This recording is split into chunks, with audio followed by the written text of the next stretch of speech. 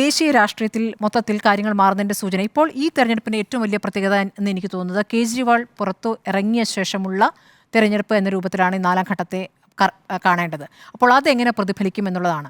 BJP നേതാക്കൾക്ക് മറുപടി പറയേണ്ട ഏറ്റവും പ്രധാനപ്പെട്ട വിഷയത്തിലേക്ക് തന്നെ, അതായത് മോദിക്ക് ഗ്യാരണ്ടി, മോദി ഒരു കാര്യം പറഞ്ഞാൽ അത് നടപ്പാക്കിയിരിക്കും, അതാണല്ലോ ജനം വിശ്വസിച്ചിരുന്നത്. അപ്പോൾ മോദി പറഞ്ഞ ഒരു കാര്യമാണ് 75 വയസ്സ് കഴിഞ്ഞാൽ ഇനി പ്രായാധിക്യമുള്ളവർ സജീവ രാഷ്ട്രീയത്തിൽ വേണ്ട എന്നുള്ളത്.